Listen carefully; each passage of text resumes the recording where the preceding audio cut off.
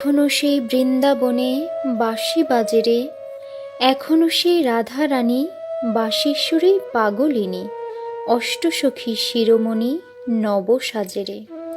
বৃন্দাবন, বৃন্দাবন শ্রীকৃষ্ণের লীলাভূমি। আর বৃন্দাবনের সবথেকে বেশি রহস্যে ঘেরা নিধিবন মন্দির। এই মন্দিরে আজও রয়েছে শ্রীকৃষ্ণের সেই অপূর্ব লীলা মাহাত্ম্য। অনেক বৈজ্ঞানিক ও ঐতিহাসিক অনেক চেষ্টা করেও এই রহস্য উদ্ঘাটন করতে পারেননি, কিন্তু তারাও স্বীকার করেছেন যে এই মন্দিরের কিছু ঘটনা রহস্যময়, যা তাদেরকেও ভাবিয়েছে। এখানে যে দৈব প্রভাব রয়েছে তার কারো অজানা নয়। বৃন্দাবনের আক্ষরিক অর্থ বৃন্দা বা তুলসীর বন। আর বৃন্দাবনের একটি অসাধারণ মন্দির বাঁকে বিহারী মন্দির। এখানে গেলেই আপনার চোখ টানবে অদ্ভুত সৌন্দর্য, কারুকার্যে ঘেরা রাধাকৃষ্ণের বিগ্রহ, যেন সত্যি স্বয়ং রাধাকৃষ্ণের প্রতিবিম্ব। এই মন্দিরের ভিতরে একটু ডান দিকে এগিয়ে গেলেই চোখে পড়বে বিশাল এক দ্বার, আর এই দ্বারই নিধিবনে প্রবেশ দ্বার। পুরো বন বিশাল পাঁচিলে ঘেরা। বনের ভেতরে প্রবেশ করতেই মনে হবে এক প্রচণ্ড দৈব শক্তি যা আপনাকে চালনা করছে, এক অদ্ভুত ঘোর বা চৈতন্যের তৈরি হয়। উল্লেখযোগ্য বিষয় হলো এই জঙ্গলের সব গাছের কাণ্ডগুলোই ফাঁপা, আর এদের সমস্ত শাখা প্রশাখাই নিম্নমুখী। ভগবান শ্রীকৃষ্ণকে শ্রদ্ধা জানিয়ে এই গাছগুলো মাথা নিচু করে আছে, এমনটাই বিশ্বাস করেন ভক্তরা। এখানে গাছগুলো এতটাই ঘন যে রাস্তা খুঁজে পাওয়া মুশকিল। নিধিবনের সমস্ত গাছই তুলসী গাছ, কিন্তু নিধিবনের বাইরে মথুরা বা বৃন্দাবনের অন্য কোথাও এই ধরনের তুলসী গাছগুলো আর একটাও দেখতে পাবেন না। এই বনের তুলসী গাছগুলো একেবারেই আলাদা।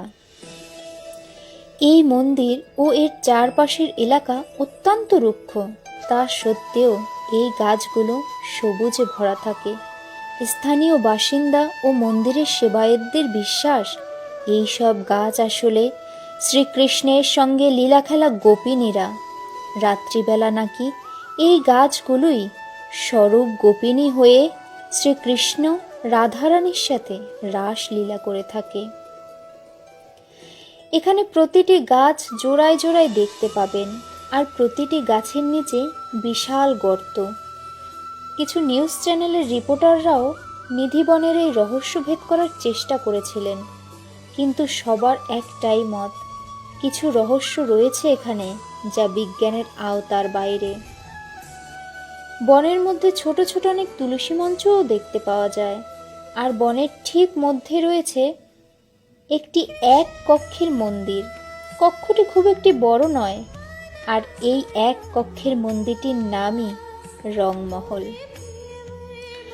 স্থানীয় মানুষ ও ভক্তদের মুখে প্রচারিত আছে যে এই মন্দিরে আজও শ্রীকৃষ্ণ রাসলীলা করে থাকেন। স্বয়ং শ্রীকৃষ্ণ, রাধিকা ও অনেক গোপিনীরা আবির্ভাব ঘটে এখানে।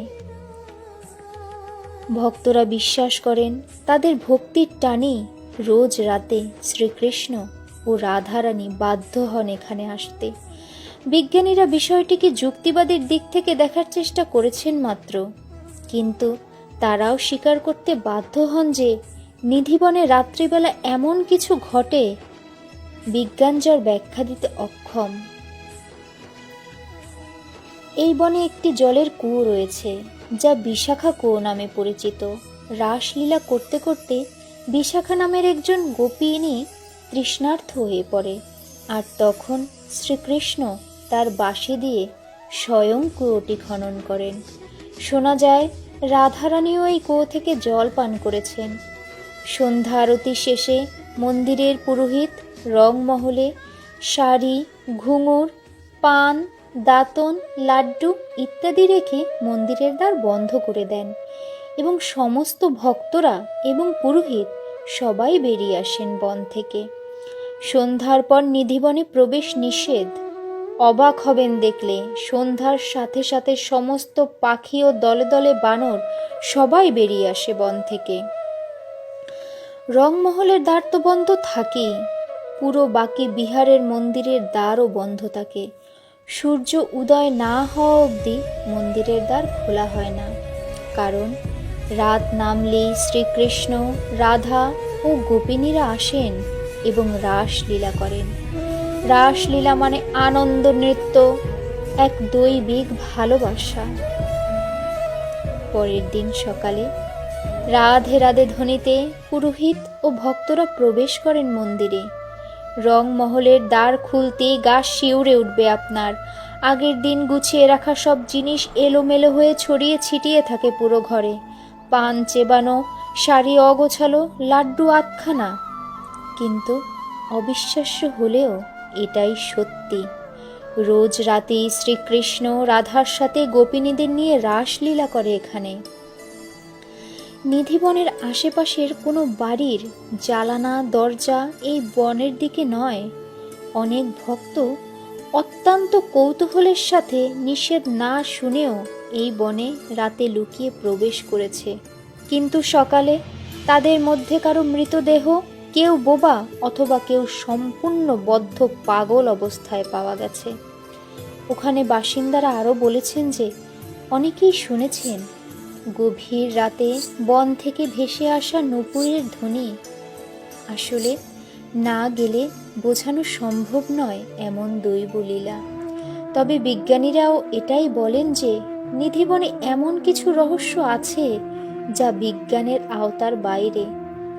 তবে শ্রীকৃষ্ণ আজও বৃন্দাবনে লীলা করেন, তা বৃন্দাবনে না গেলে বোঝা সম্ভব নয়। আর সেই লীলা রহস্য রয়েছে এই নিধিবনে, তাতে কোনো সন্দেহই নেই।